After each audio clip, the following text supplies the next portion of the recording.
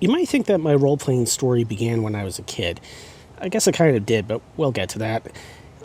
Funnily enough, it began a lot later when I became a parent. My son has always been really big on fantasy and adventure, especially pretending, like kids often are. Still, around the time that he turned 10, he kind of surprised my wife and I by saying that he wanted Dungeons and Dragons for his birthday. The surprise being that he had never even talked about it before, never mind said he wanted to play it. At the time, I never really played it myself, so we were all a little bit worried about how it would go over, and it went as well as you would think. Sure enough, my son was a little bit disappointed with how complicated it could be, and the fact that there wasn't really a board to play around with, and he gave up. Once the dust had settled, though, I asked him, just out of curiosity, what suddenly made him want to try Dungeons and Dragons in the first place, and he told me that he just wanted to try it for storytelling, that there was a lot of opportunity to try things there. He's not wrong.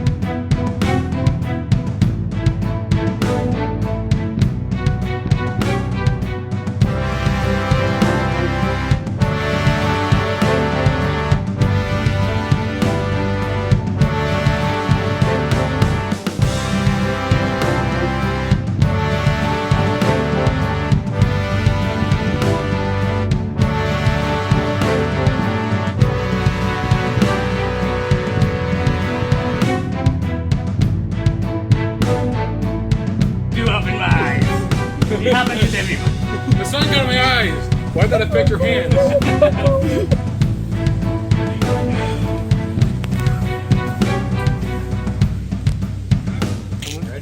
All right, 3, 2, 1, go!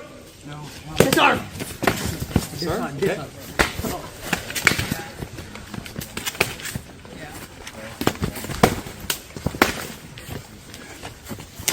I feel like I should take a few steps back. Good hit? Not. Modern role-playing games have been around for the better part of 50 years now, yet to a lot of people who don't play them, they come off as a very bizarre, nerd-heavy hobby, not helped by pop culture painting fantasy fans as maladjusted misfits of all ages who are obsessed with the minutiae of things like what certain spells will do to what monsters. Big Bang Theory, I'm looking in your direction. But the reality is that not only is the hobby enjoyed by almost all kinds of people, some seriously and some very casually, but the idea of pretending to be someone else doing something fantastic is actually a lot more basic than that. It's exactly the same thing that we all do when we're kids. Whenever one of us has played with a toy car or an action figure, we've been role-playing. Whenever a bunch of us have gotten friends together and pretended to be Batman or the Ghostbusters or something, we've been role-playing. Anytime you've ever read a book and imagined you're the main character, you're role-playing. Even sitting around and daydreaming is role-playing. As far as games are concerned, technically anytime that you're playing a game where you're the central character in a big story, you are role-playing regardless of what kind of game it is. However, for our purposes, we need to go back even further than Dungeons & Dragons.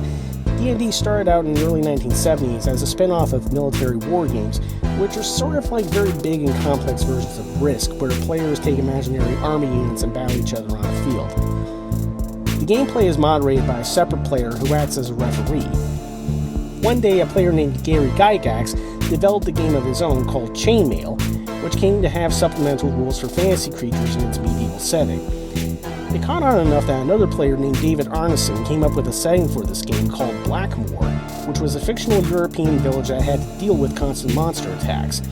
Organically, players immerse themselves in this world by not only playing brave warriors and mysterious wizards, but the people living with the effects of these fantastic events. Even before that, there was Braunstein, which was developed by his friend and fellow gamer David Wesley. This game was similar to the strategic game Diplomacy, except that the deals and negotiations are acted out. Before very long, all of this evolved into its very first edition of Dungeons & Dragons, and thus the modern role-playing game was born.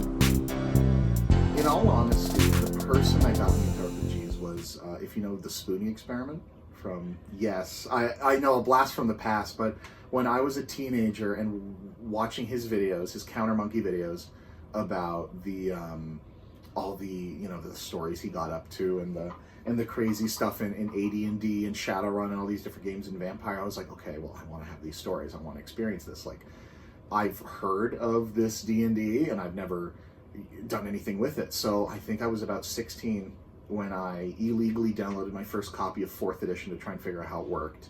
And that didn't go too well. But when I was 19, I bought the 5th edition player's guide, which had just come out. And I think ever since then, I've been like hooked on the feeling of, you know, contributing and being part of a fictional, but, you know, nuanced and creative world that, you know, you can adventure through or explore and create.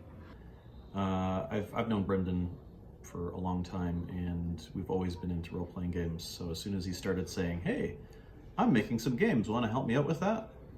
I was like, yeah, absolutely. I'm a professional editor in addition to working on this as well. So it just kind of fit naturally, and it's something I've always wanted to do. I was like a little kid. My buddy, actually it was a babysitter. I had a babysitter who invited me to a D&D 3.5 game, and I was very rambunctious and caused the campaign to end within 2 sessions because I was just so annoying. And then after that, I just got really into them. I started playing with my friend's family. And then, yeah, I started with D&D as most people do, and I branched out from there. Yeah, I don't know. I started running games in like high school or maybe before that, and then I've been DMing or GMing since. How did I first get into it? A boyfriend, actually. We were supposed to go to a bar, and he asked if I wanted to go and play Dungeons and Dragons at his friend's place. And I'm like, yeah, I've heard about it. I've always wanted to try it. So I got to try it, and the first character I ever had was a thief. And every time we'd go into a room, I'd start searching it everywhere, trying to find hidden treasures, things like that. So you were a quick study then? Yeah, I was. That was 2nd edition Dungeons and Dragons. Right now we're into 5th edition Dungeons and Dragons. So. It's all started off in high school. In grade 10, I was a big fan of like the Warhammer tabletop games. And a friend of mine got a copy of Warhammer Fantasy Role-Playing 2nd edition. And he was explaining, hey, this is a game that's a bit like D&D, but it's set in the Warhammer universe. I grew up with stories of D&D because my dad played it when he was in university. So I thought to myself, hey, why not? Basically, I was hooked from start to finish. It was all worth it.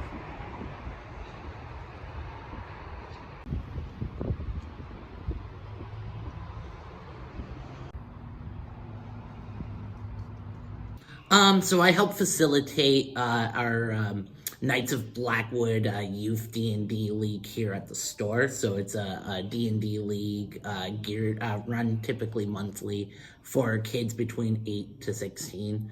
And I help write the scenarios that we run. We run our own homebrew content. I help facilitate getting the like maps and materials and like figures and stuff or whatnot. I help coordinate with, we have other very capable game masters too on the roster, so I help coordinate with them to make sure they have what they need and able to run the games. And then we, of course, we run the games too. That's the fun part of the job. We typically run about 4 tables a month, so bi-weekly, and we'll run like the same scenario twice in a month.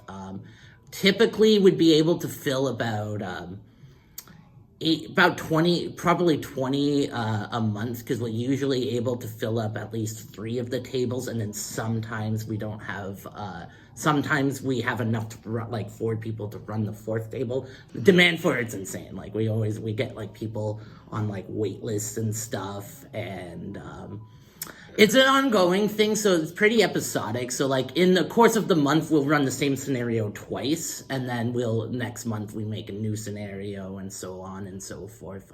And then also over the course of the summer, we run some summer camps. So those are week-long events where we're doing a bunch of cool activities too. We're like teaching kids, of course, how to make their characters, and then we're like, they get a figure and they can like paint. We teach them a little bit how to paint, and we do some fun role-playing exercises, and then we have a week-long adventure too that they play through or whatnot. So those are a bit of longer thing. When we have new players, we have plenty of new players come in through our program over the course of the years that we've been running it. I find that the front loading of all the technical aspects and rules of the stuff is a little bit of a learning curve, but then I as a game master and we as a team here, we try to mitigate a lot of that by focusing on the fun aspects of the game, the dice rolling, the zany role-playing aspects to it. That aspect of the thing is very easy for them to pick up. You know, you set the premise, you're like, yeah, you're in a fantasy universe, you can do whatever you want. And then they're like, I want to go kill this guy in the middle of the street corner. Almost every kid does that. And I'm like, all right, cool. Then they get into it. When it comes to like the real nitty gritty of the rules, sometimes I'll have kids who've been in for years, and they're still like, "What dice do I have to roll to do this or whatnot?" So that part does sometimes take some like reinforcement, but it's also not the important part of the game. So the important parts of the game, it's they get into it really quickly. Once kids understand the degree of freedom, and like I try to facilitate that to a degree. Sometimes it gets a little disruptive, so I'd be like, no, okay, you can't kill like everybody in the town or whatnot. But they always want to push the boundaries at first. So you'll get like a lot of the kids will like being a rogue, and they'll like going around and steal everything because they're like, oh, this is new and novel, I don't really get to do this. Then you get some kids who especially find anyone who kind of gear towards spellcasters, usually like just kind of sitting on the sidelines, and then they want to cast like a cool spell or whatnot. But yeah, definitely there are like a few main sorts of things, more personality types, less of like the class of the character, but more personality types that the kids will like kind of go into, mostly because I think they're just really exploring the freedom of the space and the hobby or whatnot, and like I try to encourage that to kind of get it out of their system, because eventually if they play the game longer and longer, then they will grow out of wanting to steal everything and then really absorb some of the stories that get run at D&D. If I have an absolute new player, I kind of explain that like we're in this universe, it's kind of like make-believe. Like I'll have a lot of visual stuff to show them to set the scene. I think it's really nice. It's not, of course, like a super necessary component of the game, but it really does get them into the scene. And yeah, like when I get that, I actually use the basis of video games or movies or whatnot as a way to settle them in, being like, this is like those things, but you can do anything you want. They really do like that. They sometimes it require direction. Sometimes I'll have some kids who are not sure what to do with the freedom, so they'll often kind of watch some of the other kids, or how I'm making the world, like the non-playable playable characters interact with the universe or whatnot. And then after a while, they'll start to kind of get into the rhythm of things. And then some just launch right into it, and they're like, they just really like the, chaos. They really embrace, a lot of them embrace the chaos once they understand the kind of scope of the game, the pace of the game. And then I have to rein it in a little bit. And they're pretty receptive. There's a way to do that, where you'll be like, all right, but we do have a story that we should get through or whatnot, so we can't get sidetracked a lot. Sometimes they'll bore themselves with their shenanigans, like when they go off the deep end or whatnot, and I'm like, hey guys, if you want to have more fun, stop doing the crazy stuff you're doing. And then they're like, okay. I think in modern times there's been a push for more tangible media. I think that's the best way to put it. I feel like with video games and the way they are and the monetization style and everything going on with them, I feel like it's pushed people away who aren't like hyper invested into them. And I feel like people are looking for some sort of escape into something that is more creative and interpersonal, and also there's just the you know, the tangible ability to, you know, roll dice and like meaningfully contribute to your character. It's really that idea of a emergent story, right? I love the concept of emergent stories where you've got different people who are sharing the same story space and interacting with the world, and in the end it's kind of like you got all these ingredients that come together and there's some kind of magic that happens where a full story comes out. Some role-playing game products assume that you're following like a very strict adventure path, but the real fun is when you leave that open and the story that comes out of it is something that you, the DM, the other players have created together, and that's always cool. It was fun. I've always been good at telling stories, and none of my friends wanted to do it, so I thought, hey, it'd be fun to, you know, run games for people, like try Call of Cthulhu, or, you know, some weird stuff you'd find online, stuff like that. Dungeon World was really what got me to DM seriously, because that game has an amazing section on GMing. Yeah, and so that really opened my eyes to like, oh, you can do more stuff than just like random encounters or, you know, just standard dungeon crawling. You can like really make the game engaging for your players, and I really latched onto that. Well, I've always really liked tabletop gaming, D&D, and my little sister, she was about 10, 11 at the time, she showed an interest in it. So I decided to run a game, and that game lasted probably close to a year. And I had some friends that joined in as well that played the game. What have been some of your favorite experiences running a game? The surprise looks on players and their enjoyment. I like to give a good game that helps them really enjoy it. Yeah. Do you find that certain types of people are kind of predisposed to playing certain types of characters in RPGs? Oh, 1,000%. I have so many players who are like, I wouldn't call them one note, but they definitely have a style and they stick with it.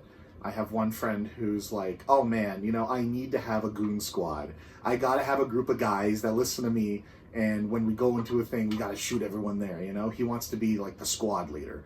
I have one friend that's just like, if I'm not committing terrorist acts every session, why am I playing this game? Doesn't matter the game, if it's fantasy, sci-fi, or modern, he's just like, if there is not a large group of people who are bad getting melted, then why am I playing this game?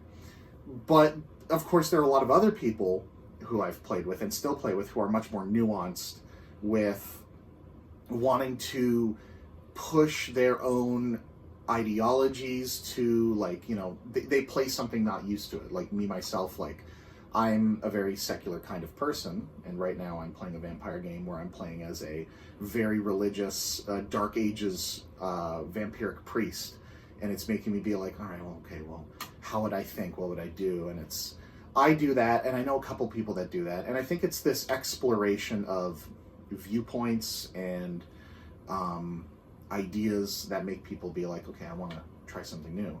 But then again, there's also that comfort that people are like, I want to do this thing because it's cool, and it's like, fair enough. People like games for different reasons, and because they like the kind of story it tells, for example. And they will like to play different character types because they like certain characters in media or stories or whatever that have those kind of archetypes. To use Star Wars as an example, I know someone who always plays like a smuggler type character, because that person, she loves Han Solo, right? So she likes that sort of character.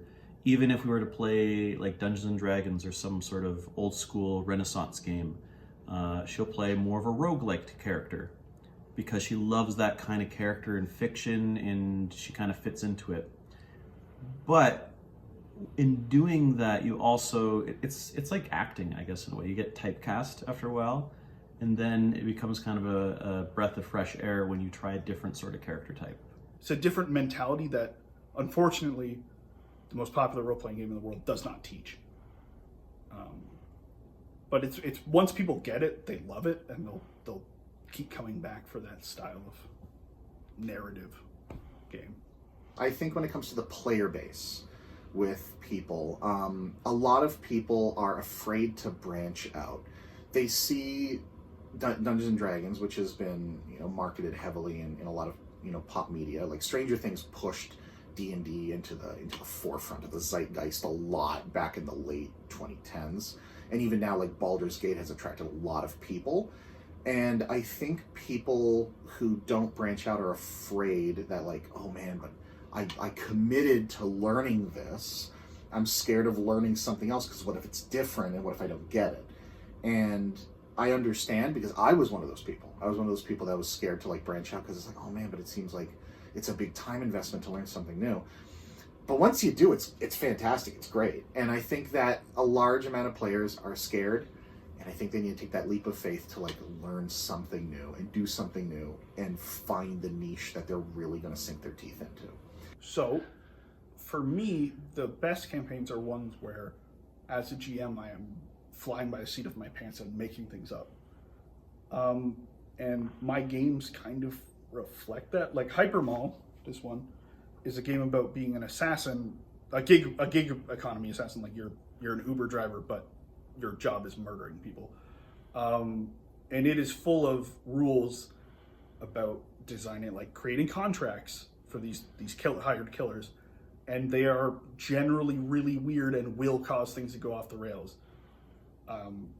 Because in this world, when people die, they get resurrected. They get a clone body, and their soul is put into it. So you have to find a way to permanently kill them, and that requires players to go off the rails, to like find places where the resurrection matrix, the thing that resurrects people, doesn't exist, or they have to hack it, or do a bunch of other weird stuff. And that no two groups I've ever run it for have ever solved it in the same way, and I think that's awesome.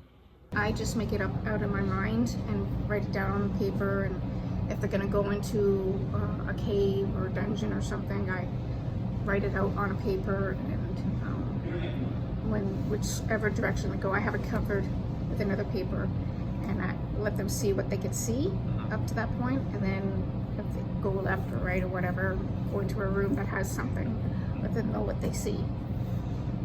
Weirdly enough, a lot of the hobby is dominated by fear. Like I've had players create a whole subplot about like a clone society in like a Call of Cthulhu campaign that I was running, that like just off of one phrase they said, you can probably cut that because that makes no sense out of context.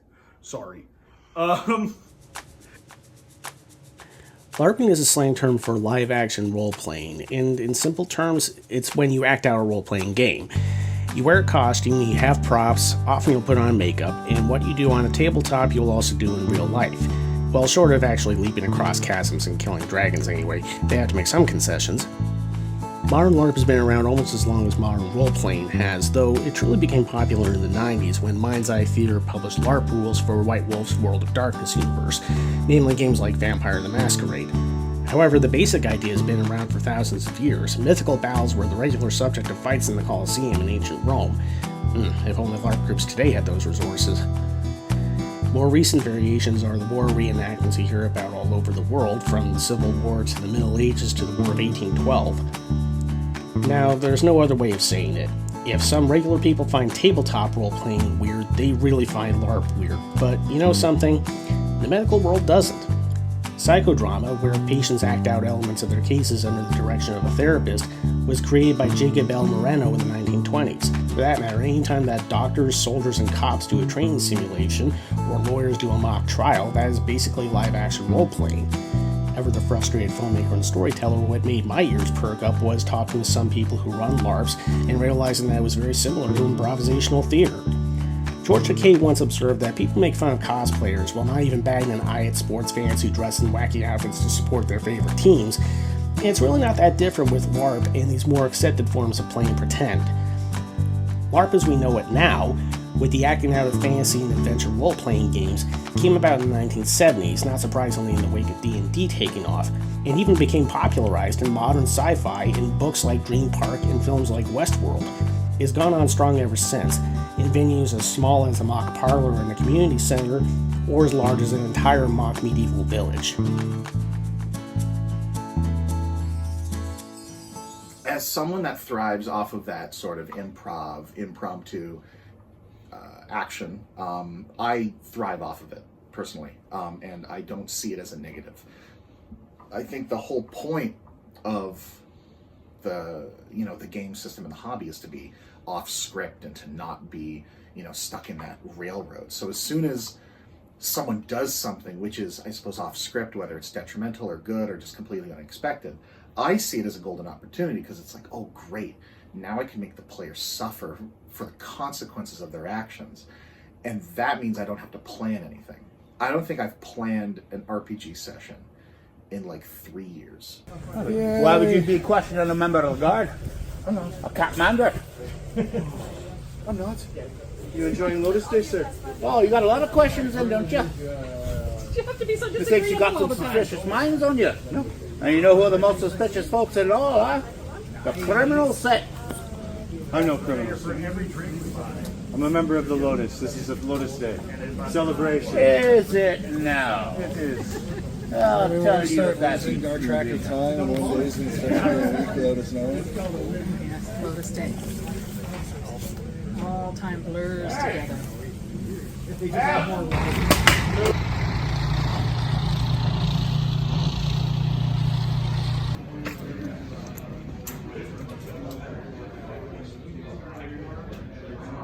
This guy's tapped, and this guy's tapped. So I can only attack with whatever you mean. I'll attack you for 3,000. Sure. I think the biggest piece that role-playing games speak to me is that they really allow you to tell a story. They really allow you to develop a character in any way that you can feasibly develop them. It's the one kind of game where I think more than any other game, winning isn't necessarily the point. Your character dying or your character losing a fight. In other games, this is just a loss, and in D&D especially, or any role-playing game, they can become character-defining moments. How often does it kind of go off script in a good way? And does it just take life of its own? Most of the time, I admit most of the DMs I've seen that handle it very well somehow maintain that to the script, not like pull things back to the script, but interweave it very quickly in what they were already planning in a sort of seamless way, where I somewhat lack that ability, but just try to let it ride in whatever direction people want to go in. I don't think there's any reason to rein in people's fun if they're having fun doing whatever they're doing. Well, I think this definitely depends on experience, but I think it also depends on what kind of person is running the game. Some people are a lot more confident in their ability to tell their own story, and they know more about a story that they can make up on the fly, as opposed to maybe being like, hey, I don't know everything about the Forgotten Realms. I don't know how to deviate from script. I've definitely seen both. As a GM, you have a plan, and most assuredly, even if you plan from scenarios A all the way to F, there's probably like scenario T, S, or Z that you haven't accounted for. So I think it's really the mark of a good DM to roll with those punches. You, as a game designer, can't account for what your players are going to do. You can't test for every scenario. It is simply impossible. If there's a way to break your game, the players will. If you give them enough time and resource, they will break it.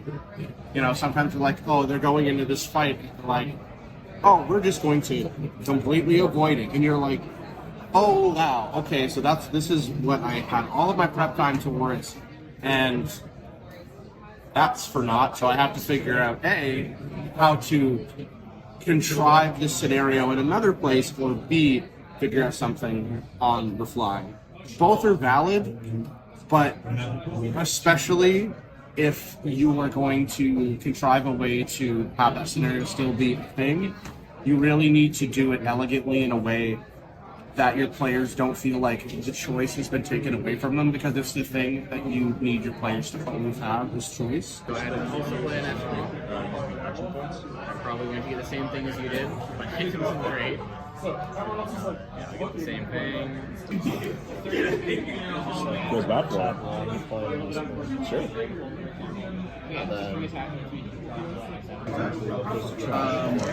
So with Magic, 60 card deck, you have throughout rounds, you need to swapping cards like that. Put one card, and then another card, and another card on the bottom. Right, just shuffle up a little bit more, and we're good to go. Whereas most games, you would count down a lifetime. This one here, you're counting upwards. You're gaining more of the story. So let's say, for example, I'm going to choose 2 cards from my hand. I don't want these cards in hand, so what I can do is I can bottom deck these cards, and I can draw the same amount that I have just bottom decked. So, from there, you can go ahead and play you can show your hand. You told me before that you, at your peak, you ran something like 3 RPGs at a time. How I did was you do running by not sleeping mostly, not practically. Mostly playing that many RPGs at a time is a combination of running one that is something I've run before, and then the other 2 are sort of concurrently being built at the same time. I don't know, as long as the scheduling works fine, I think running almost any amount of RPG is like pretty viable. The hardest part is persistently getting people to be available and eager and functional for whatever you're running, because like the actual running RPGs is daunting but like surprisingly easy. Like there are certainly people that like latch on to specific character archetypes, whether that's something they feel matches them or just like that's the first thing they played and that's where they're committed to, like this is a thing they enjoyed and why would they try something else when they're having fun with the thing they're doing. Yeah, I would certainly say that there are certainly people that latch on to a singular character archetype, but I don't think it's necessarily true for people generally. We play the game, they do something, and then I just run with the consequences of their actions, and then it just snowballs from there, because most times they're like, oh, well, I don't want to admit that I did anything wrong, and I'm like, perfect, we have content. Anyway, I think the line is when people are having fun. The line is, if people are getting frustrated because the campaign's going nowhere and they're spinning their wheels, that's a problem. But if people are having fun along for the ride, I think that's fine. I think it's perfect, actually. That's what you want. I play games to have fun. Parents, if I could depict a lineup of parents wanting to get their kid, like learning a little, hearing a little bit about D&D, coming asking us about what D&D programming we offer. It's not, they get excited about it. We tell them the kind of crazy sessions we run or whatnot. A lot of parents like embrace the fact that it's really good learning for the kids. It is definitely not there, that fear that used to be like my mom. I had to go through the talk when I was like in high school or whatnot, and she was kind of a byproduct of that, you know, fear mongering from the past. And like I had to convince her, I'm like, this is not devil worship, blah blah blah, stuff like that. Now I don't think I've ever had a conversation even in that vein with a parent or whatnot. Either asking us about D&D or have entered, like come into the store and, you know, sometimes we pitch our program to them or whatnot. It's always just enthusiasm, excitement. Maybe they're like, oh, I don't know much about this, but my kid's interested, and we'll be like, yeah, there's all this stuff. But it is always either curiosity or enthusiasm, or straight up like enthusiasm. It's night and day. You have to have direction to what people are doing, even if the players decide what the direction is ahead of time. You might have a situation where, okay, we need to break into this dungeon here and recover this artifact. Okay. You have a set goal there, you know what the players want to do, and you can then, in the next session, build your adventure around that. Or you might have a pre-published adventure and you know what the goal is, or at least the story hook is. Could be the same thing. Oh, there's this artifact you heard about in this dungeon. We should go down to explore it. But there's a couple of questions still there, like what is the importance of this artifact? Why are we going down there to do this? Why is it in this dungeon in the first place? Some of that you can fill out ahead of time, but some of that you can kind of leave open and let the players interpret it on their own and then use that later to build more stories and more adventures. 5th edition and I think Mothership content is very streamlined in such a way that it's like, this is the path forward. There are other supplements, like if I were to talk about Mothership, like A Pound of Flesh, which is fantastic, where there is this setting and things can happen in the setting, and it says, this happens in whatever order you want. These events will happen, but it is up to you to determine when and why and etc. But I feel like those supplements are few and far between. I think that there's a big struggle for especially new DMs who are running these sorts of written modules to be like, okay, what happens if something goes wrong? You know, you got to study the book, you got to memorize it, you got to make notes and stuff. So I think both the content itself and a lot of like, the negatives are that the content most times for written modules does not allow for that off script or those impromptu moments. But I think that also comes with the experience of the DM and also improv classes, funny enough. If you were to do that, then you would know like, all right, how do we make it work? You want to have a world that kind of exists so that people can inhabit that space when they're playing. And there are certain games where it's really well developed. So like, again, going back to Warhammer Fantasy, it's a setting that's been around since the 80s. It's really well developed. There's a lot of games that are based off of existing settings like Star Wars, for example. There's a lot of Star Wars RPGs. And they have a very set setting. There's the World of Darkness games, which like Vampire the Masquerade, and they're very much set in this well-developed setting from the 90s. That's really important because it helps give people a sense of, okay, what am I doing in this game? Who am I? But at the same time, I think it's also important to have kind of like these empty spaces for the players to fill out. What's immediately relevant, I think, is what's going to show up at the table. And if there isn't something that's been colored in yet, that's a place for players and the GM together to do world building at the table as they're doing it. So at what point do the characters stop being just a list of numbers and what have you on a sheet and become real? That's always, I think that's always honestly a very hard moment to pinpoint, because I think it's also dependent on the game system too. It's as much as like if we're talking 5th edition, there's like 2 numbers on there that relate to interpersonal connection, whereas the rest are like combat or crazy things you can do or magic, etc. And so I feel like there's this pouring out of a person's headcanon and as to what the character's motivations are, where they came from, and building this like this backstory for them that makes them more real. That's always the best. That's the holy grail you want. You can do all sorts of prep. In fact, I would say that the prep I do for my own games is very different than prep for developing adventures. I'm always prepping for my own games with the assumption that it will go off the rails and take a life of its own. So I will do bare bones minimum stuff, like saying, okay, this is the situation, this is the pool table as it's set up. You guys go nuts.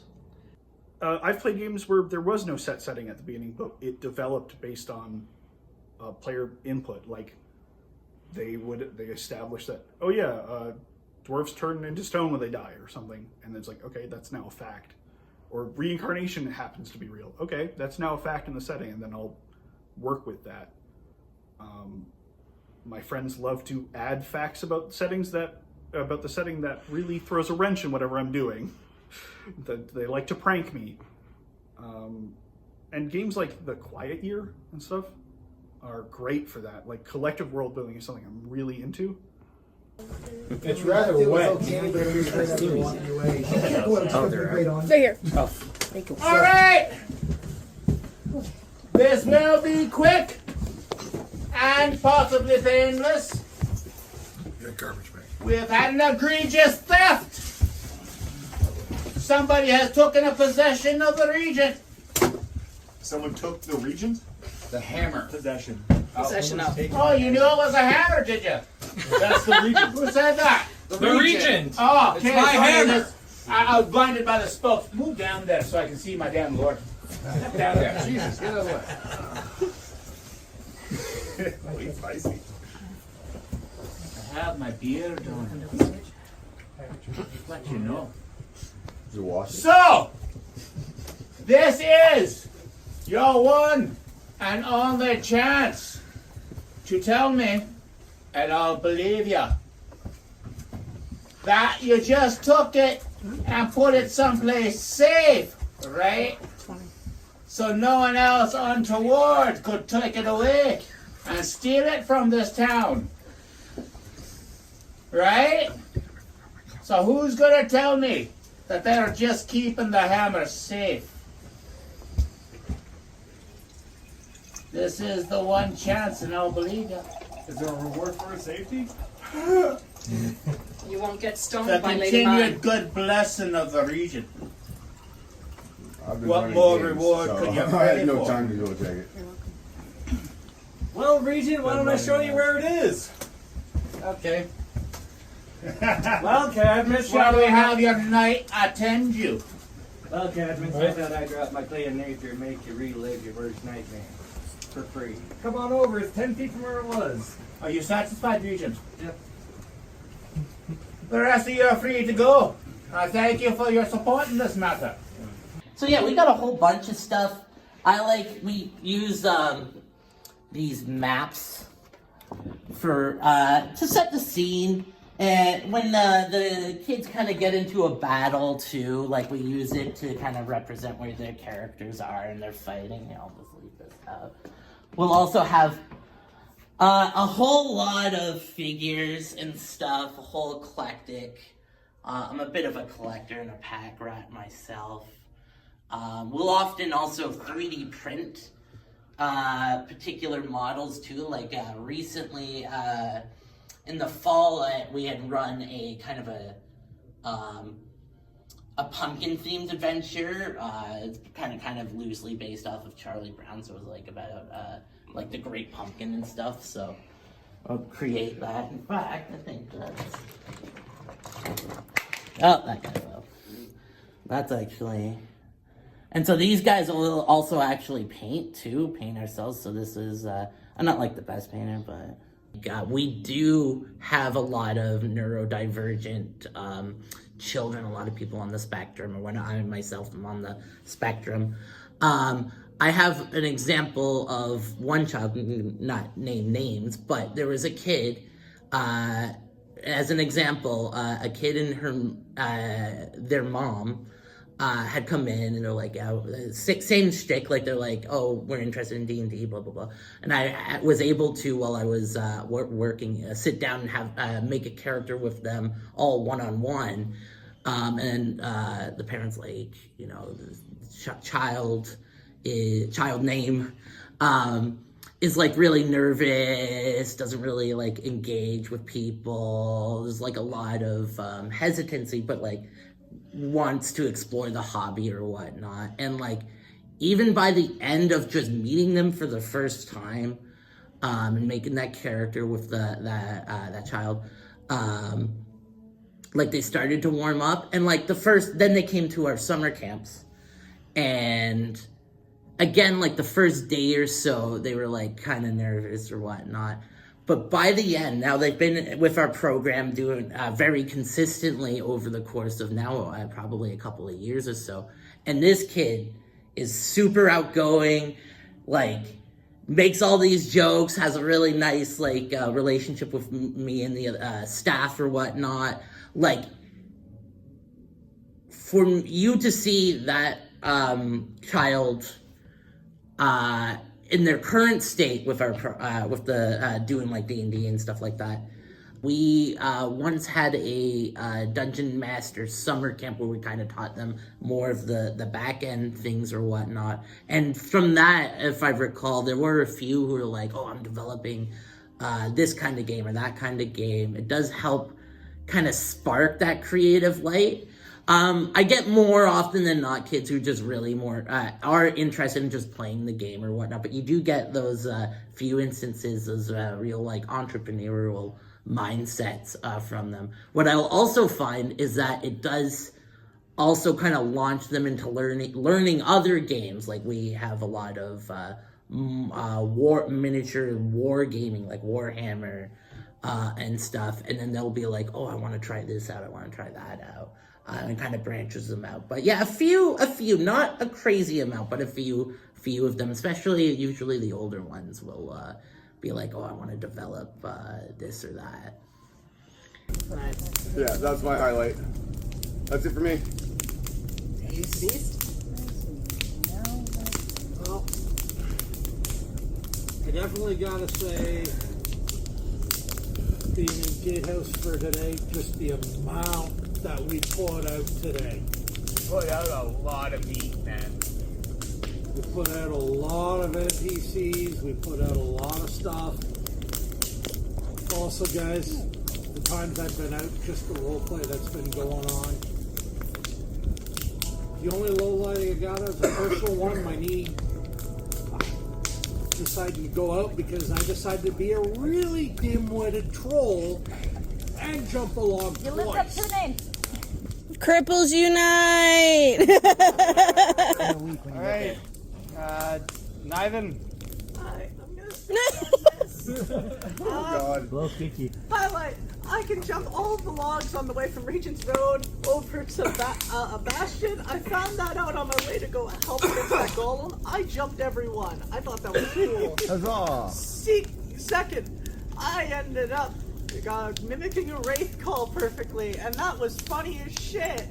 Third, whatever Brax was doing in that jail cell, I don't want to know, but that was funny as shit. Low light, you cannot guess it. I'm losing Niven's balls right now. And once we're done, Leroy, let me let go of that. Niven, you sound like you're back in high school. Lady Mine. Lots of highlights. I'll make it fast. The turnout, phenomenal. I got to help kill a golem. Yeah! You were right in there. The cultist, that was so much fun. Wow. Video. That was fun. Yeah, I had a great day. The only low light I would find is my feet are getting really sore. These boots suck for arch support, so gotta work on that. And what do you think the future holds in terms of technology as things like VR become more sophisticated? It could go in a million different directions. We could see, some sort of immersive VR happen. We could also see somehow people just using VR as like a virtual tabletop where they can then see each other in the same room, sort of to some degree. But like, I think that technology already exists. I'm not entirely sure. I really don't like virtual D&D or virtual RPGs. I feel like it takes that crucial interpersonal element away. Even if it's on camera, it's just, there's this separation, and I really thrive off of this, like, this close-knit community, this group that, like, works together, plays together, and, like, solves problems, but, like, you can feed off each other's energy and understand body language and get a vibe for each other. So online, I think, is kind of a detriment. It's more accessible, but at the same time, it separates people to the point where the game feels almost more artificial. Personally, I don't like virtual gaming, mostly because you don't get to interact with the people there. For me, I think the social interaction is also very important because you can kind of build off of each other's energy, and you get like an immediate feedback based on people's facial features and reactions. So in that way, shifting to a different format does make for a very different game. But then again, a good friend of mine, most of his friends live out west in British Columbia. So he likes to play games with them because he knew them back in high school. They've been a gaming group forever. And so that's the only way they can get together. So in that way, virtual gaming becomes a huge asset because it connects them, it lets them have at least a taste of that social interaction, and the gameplay takes on a different element because they can use a virtual tabletop. What other role-playing games have you tried? I've tried Dungeons and Dragons, Vampire. For LARPing, live action role-playing, I've done Vampire. I've also done Changeling, and Nero, which stands for New England Role-Playing Organization. That was the first LARP I ever tried, and I played it for many, many years. I got nothing against LARPing. It sounds really cool. I would love to do like a Bronze Age or something, because I love archaeology. But LARPing specifically is like, I'm just really interested in how you, what interests me about LARPing is that you have to have a shared rule set, but you also have to like, it's kind of, you have to communicate with the other people at the LARP, right? And make compromises to these rules to accommodate the fact that you are hitting each other with foam swords or pretending to cast spells or whatever, right? Mm-hmm. So you can't just rely on what's in your book. It's a lot of fun. A lot of people get together. You play for a weekend, you know, lots of different modules and things like that. You can, quests you can go on. Before COVID, the last few years before COVID, I was working in the kitchen more so because I can't run as good anymore as I get older. So, but I still would come out if someone was injured in the tavern. I'd come out and heal them and stuff because I could heal. So I have a limited experience with it. I think it can be very fun, but unlike D&D, I think it still kind of suffers from a little bit of stigma. LARPing is maybe one of the few fringe hobbies where you might encounter that. I do think it's fun, but I think I prefer sitting down at a table. I've only done a LARP once. I did a World of Darkness LARP session a couple years back. I don't really have enough experience to give a opinion on that. It was kind of fun though. It's more stressful running a LARP because it's a whole weekend. You've got to organize the people who are playing the monsters and such, and give them their treasure for when they fall down and get searched and stuff. And if it's for actual modules, like you got to stop, set it up with the people, they do their thing, stop, go further down, set it up with the people, do their thing.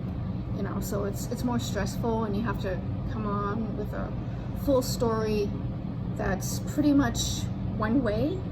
It doesn't have a chance to really split as much as a tabletop can. For Nero, for example, if you're doing a quest, then you have to go a certain way for that quest. You can't go off to this way because there's nothing that way. You know, you have to follow the road that leads you to where the quest is going to end. I never thought about that. You need so many more resources to make that happen. So it's tougher for sure. On top of the city. So I think they're interesting. If I were to find a consistent way to play them in my very busy life now, I probably would. But in the grand scheme of things, I definitely prefer the table. I'd love to try a LARP one day. Honestly, I've heard stories and I've seen it, and I'm fascinated to have like this augmented reality sort of look at RPGs and like how that would be run. I've seen essays and videos and documentaries on it. I've talked to people who have done it, and I don't think anything can compare to doing it. And I really want to. I think that's interesting. I don't know. It's funny. It's weird, and it's kind of cringe, but it's awesome. I don't know how else to describe it.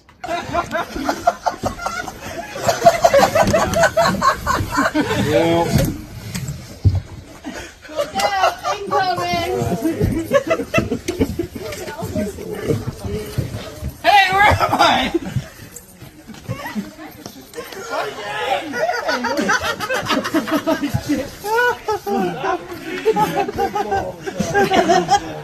I gotta move you somewhere.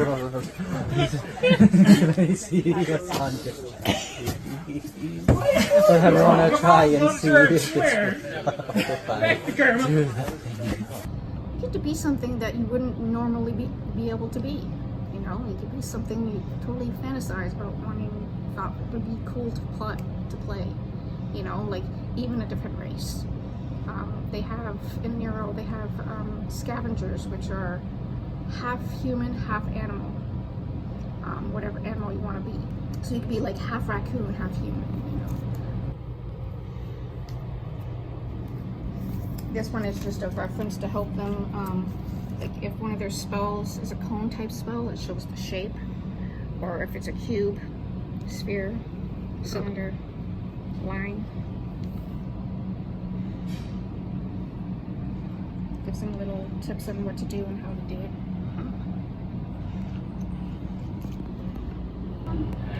Some people like to play a certain type of character better than others, but they encourage you not to play the same race twice in a row. Try and play one and then something else. Talado, do you see it? No. I'm talking to Bryce to let them know. I'll grab the bridge and some bitch has gotta hit me. It ain't no now. Please watch out, there's an invisible golem around. Do we hear any noises? I smell it. It's off to the left. That's where the smell's coming from. I don't smell nothing, but you point, I'll swing.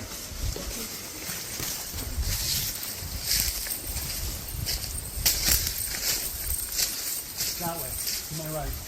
Cut through the works to the right. Take this move and take it.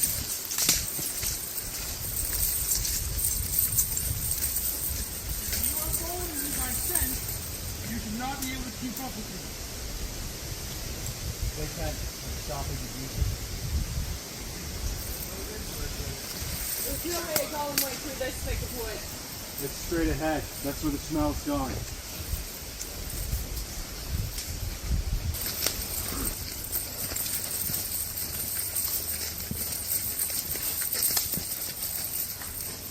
Rain, stop.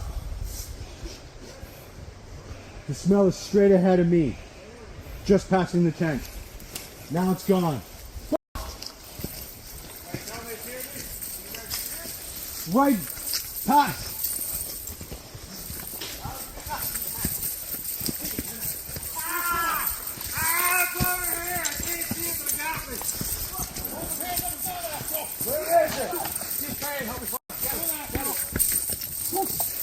Oh, that sucks. Oh, that's a dirty bugger. Okay. No more Mr. Medicast. Is it on again? Wait, let me catch its scent. Left. Left. Okay. Now it's gone. Hey. Where is this thing? If we take the swing, it'll be quicker on the Myrmidon,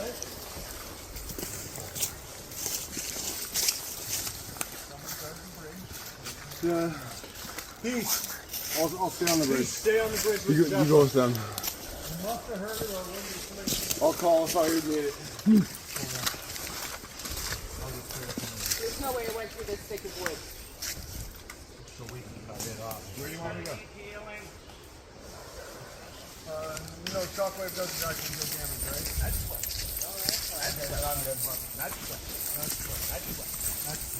Coming your guys' way? And it better not be back in our fucking camp. We got some on the bridge. If it goes back towards tower. Nothing here. Does anybody have see astral, see invisible? Where's Llewellyn? He's tuckered. He can pop into astral. That's what I'm trying to do. Out of astral. Crush! Oh shit! Head on fire. Sheer will. Legend weapon. Legend weapon. Legend weapon. I think I'm dead. Shockwave! Dead. What got you interested in LARPing? Boyfriend. Same boyfriend. He had tried LARPing in the States where Nero first started. And his friend decided to make a chapter out here. And so I wanted to be a spellcaster. And the packets for spells, they're made out of cloth, and inside the cloth is a type of bird seed, ones that don't have sunflower seeds because they poke through the material, and wrapped up with elastic. And then you say an incant and throw the packet at the person. If it hits the person, they take the damage or the healing. Res 4. What happened to you? Thank you, my love. He crushed me. Have a little slip, trip, and fall? He crushed me. Oh, Well. Back at it again. That's 6. Yeah, it's 6 damage. kill him. Legend weapon. Shockwave! Light. None. Legend weapon. Magic weapon. Push! Legend weapon.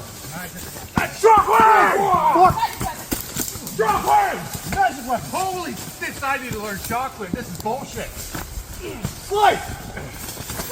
Magic weapon. Slice. Shockwave! Magic weapon. Magic weapon. Slice.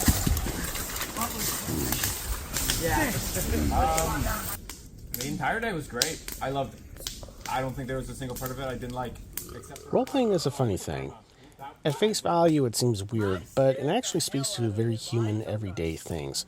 Whether it's imagination, therapy, exploration, storytelling, everything in between, or something else, it comes down to using fantasy to understand yourself. It can be high fantasy, cyberpunk, horror, mystery, it doesn't matter.